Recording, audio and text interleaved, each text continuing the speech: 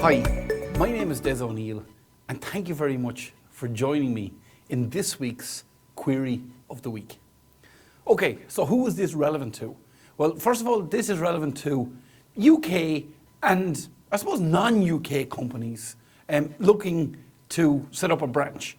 But I suppose with Brexit, we've seen an increased level of inquiries in relation to UK companies setting up branches here. We're in the area of company law and company secretarial, and the question is about branches. So why is this important? Well, at the time of recording this video, Brexit's happening. What deal, no deal? But irrespective of what happens in Brexit, UK companies are registering branches here as a means of doing business in the EU. And irrespective, we're an inward direct investment country, so foreign entities setting up branches here is an ongoing thing. Now, how did the query actually arise this week?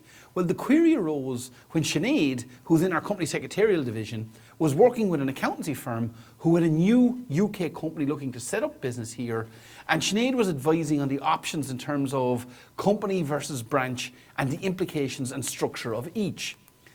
And I suppose the query really came down to, well, what are the registration and compliance requirements for external companies who are either EEA or non-EEA registered entities?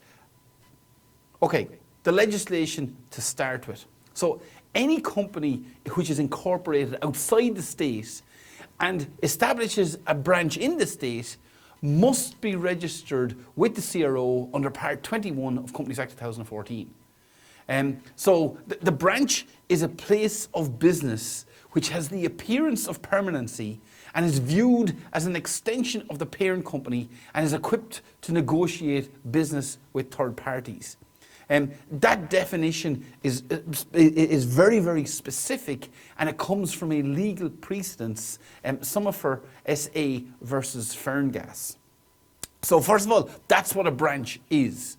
Now, what are the requirements when a branch sets up in Ireland? So first of all, under Companies Act 2014, and we're predominantly looking here at section 1302, within 30 days of establishment of the branch in the state, they need to file a Form F12.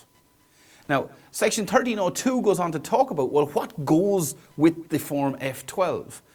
So the first thing that needs to go with the Form F12 is a certified copy of the Memorandum and Articles, the Charter, the statutes, or whatever other instrument is used to constitute the company in its original language. Supporting that certified copy, watch the certified copy piece, there must also be a copy of the Certificate of Incorporation, and any certificates of incorporation if registered, if there's been a name change in the entity. We also need a certified true copy of the latest accounting documents bearing the signature of the directors and the secretary of the company. So this is basically your financial statements, documents, and the language here, it opens up for the various regimes around the world. But it's financial statements prepared in relation to a financial year of the company in accordance with the laws of the state of that the company where it's incorporated. And those financial statements have been made public in accordance with those laws before the end of the period allowed for. So this is the equivalent of our requirement. We're looking for a copy of the accounts as filed with the equivalent of the CRO in the jurisdiction. Now, if the documents of registration are not in English, they should be accompanied by a certified English translation. And if the translation is made here within Ireland, it should be certified by a notary or a solicitor. So very, very specific requirements. Now, this Form F12, so the Form F12, remember, the F12s are specifically for EEA companies. The Form F12 must be accompanied by a filing fee of €60. If it is a non-EEA resident company, well, then they must file a Form F13, and they do have, it's very similar to that of an EEA company in terms of the requirements in relation to the certification, the financial statements, the latest documents filed and made public. So the distinction really is between the forms. The requirements are quite similar. So in here, the branch and details on the F forms, either an F12 or an F13, we need to put in the name and legal form and the name of the branch. If that is different for its name in the resident state, we have to put in the address of the branch and where its place of permanency is going to be. And if the branch is trading under a different name than the company, the trading name must be registered as appropriate using a form RBN1. Also, we need to put in here, well, what's the activity of the branch? So that, in a nutshell, is the requirements of registering a branch here in Ireland. But that's not really the end of the conversation. You also need to consider the post-registration filing requirements. There's an entire suite of F forms. You need to consider the accounting filing requirements.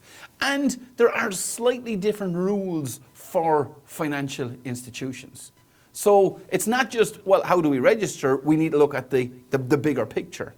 Now, we are running a webinar on this and other related topics, and the webinar is called Building Your Qotw Business in 2019. So if any element of this query impacts on you, your customers, or your business, please click on the link below to find out more information, or go to cpdstore.com. And if you're watching this query anywhere else other than on Knowledge Hub, www.knowledgehub.omnipro.ie, please head on over to knowledgehub.omnipro.ie and leave a comment and see some of our recent queries of the week, and maybe even submit your own question to us so that we can answer it for you next week. So that's this week's query. Until I see you again, let's get it done.